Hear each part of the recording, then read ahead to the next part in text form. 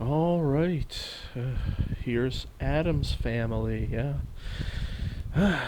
Boy, I'm really going through every single game that I feel it's tolerable for me to beat in the TurboGrafx CD library. What I have left is Bonk 3, which if I play that, then I would have to play the first two first. Camp California, Fighting Street CD, which is basically the first Street Fighter game, which is not going to be one that I'll play through because that's simply one that you just kind of have fun fighting a few matches and then come back to endlessly, right? It's like you can have a different experience each time, so there's no real point in having one definitive playthrough. Same with Godzilla, it's another fighting game. Implode and Meteor Blaster, I don't really consider mainline titles on the Turbo Duo because they're both indie games, unlike Mysterious Song, which was an RPG, so of course it behooved me to play that one. JB Harold Murder Club, I kind of don't want to dive into something like that. I feel like going from video games that can be knocked off in the span of less than an hour and going into JB Harold Murder Club, which could take several hours, if not even longer than that. I just don't think that that would be. I'll get some kind of whiplash, mental, most likely mental whiplash, because that certainly exists, absolutely, right? But yeah, no, and then there's Lords of the Rising Sun CD as well as Vasteel. I keep saying CD because that's how I labeled them. I labeled them obsessively CD, CD, CD, every single one of them in the folder. But yeah, no, those strategy games I cannot wrap my head around, especially not with their at the same time simultaneously complex and simple interfaces at the same time. I can't figure them out, so I decide not to dive into them because I know for a fact that if I start a game, I'm gonna have to beat it. I can't just leave it halfway through. So and then after that, it's the two Sherlock Holmes games, which I mean, I would probably play them on Exodus, honestly, because the third one is on DOS too, but because like it's got problems with resolution and the user interface as well as the controls, like controlling a cursor with the gamepad is just not very intuitive, so I'm probably not going to do that. Splash Lake I was thinking of playing, kind of sounded like a quick little arcade game. They say it's got 60 levels in it, but I saw a few gameplay videos about it, and especially with me beat 'em and cheat 'em, I think I could probably knock it out. So maybe I'll do Splash Lake after this one. I was thinking of doing Camp California, if anything else, because that's kind of a platformer, and it's been one that I've kind of wanted to see through to the end for quite a long time, honestly, like over probably almost 2 decades, honestly. I've been doing this for a while. So then after that, yeah, Vasteel, because everything else is like Hawaiian Girls, Jack Nicklaus Turbo Golf. I think I've already said this in one of my rambles, but you know what? This is content. So, John Madden Duo Football, other Hawaiian thing, Magical Dinosaur Tour, and Sim Earth, which is basically like it's a simulation, right? Like I'm not going to play Sim Earth, honestly. That's another one. Like, I even bought Spore way back in the day, like 2007 or 2008 when it first came out, or maybe it was, before or after. Like, that game had been advertised for like 6 years, I swear to God, before it actually came out.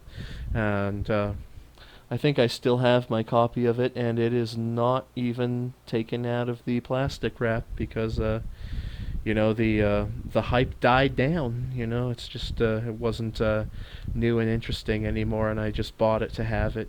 That's actually quite a few of the purchases that I've made here. So now I don't remember ever watching. Guess here I'm going to transition at least for a little bit to the game that you're seeing here. I never watched the Addams Family movie. In fact, I barely ever saw the 1960s original TV series when I was a kid. because we only had basic cable, and those sorts of things weren't really on very often.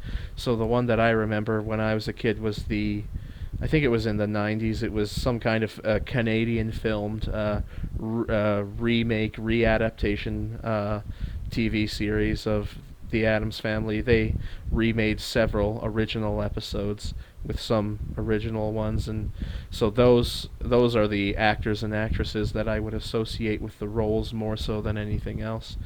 So, as I said, I haven't seen the original Addams Family movie, so I'm not even sure if Mr. Tully Atford, I think that's his name. Now this was weird, right? Like, see, I'm jumping around like trying to shoot him with my umbrella because I didn't find the sword yet. I didn't know that you needed a sword.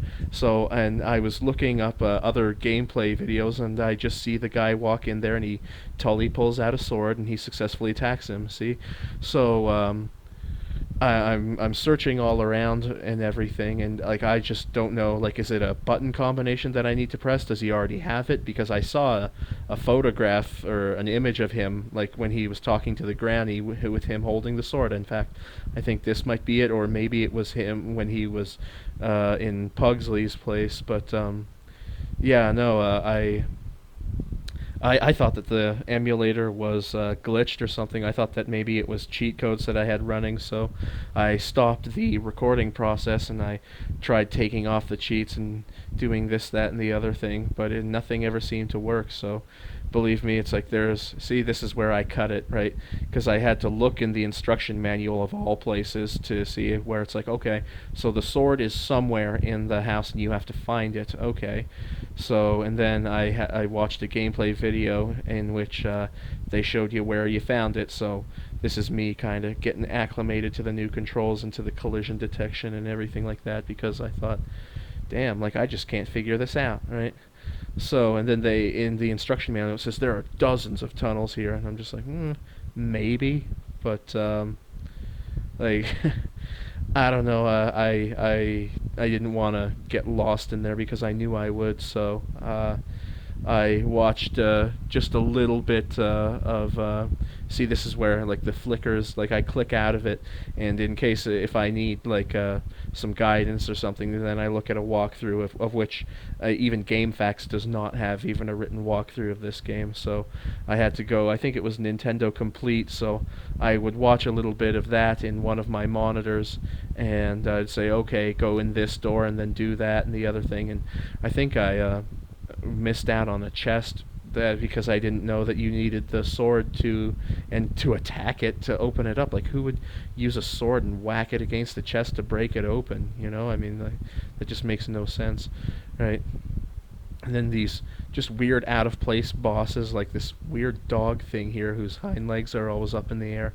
Like, I don't know, like, who was that purple cloaked, or not cloaked, but like his tuxedo and pants were purple, and it was the room that had like the samurai that attacked you with a sword, and I thought that was the sword that you needed to get. Like, who was that if that wasn't Gomez, right? I mean, it's not mentioned in the instruction manual who it could be. So yeah, no, I guess those are just throwaway enemy characters just to slow you down. But you know, this is probably one of the first North American games I've played in a while, because I know that pretty much everything I've played has been on the TurboGrafx CD. I guess Shapeshifter was one of them, if I'm not mistaken. So I think that was, and Shadow of the Beast was also North American. Prince of Persia, you could say, is originally North American, but I think it was like entirely re-encoded by Japanese developers for the system. But so yeah, I mean, I guess this really shows you the difference in quality when it comes to American versus Japanese games. And I'm not saying that all American games are bad. It's just that, like, wow, you know, the difficulty level on them has been absolutely unforgiving. So I couldn't stand it, right? Like, this is why I use cheats, you know. It makes it tolerable for me to beat, and if I didn't have the cheats, then I probably wouldn't be able to beat it, and then I'd have a whole bunch of games halfway played through, and you know, that just won't do. So here we are fighting for the vault, and for some reason, like, I don't know what happens, like, thing like throws a some jewels out and then drops from the ceiling and then picks them up. Like, if he can pick them up and walk with them, then why would he need to throw them and then jump down? Right? I mean, that's kind of weird. I mean, these are probably all screenshots or publicity photos from the movie or something. Maybe they're made exclusively for this game. As I said, I didn't see the original, so I didn't know if Tully Atford was a real character in the movie. So, and now he's being relentlessly pursued by these sociopathic monsters. And you know what? Yeah, it's like getting in debt to the mob, man. They'll never leave you alone. That's sort of what the Addams family is. And so, well, that's my experience, I guess. Close the chapter on this one, and that's it. Skwatter out. Peace.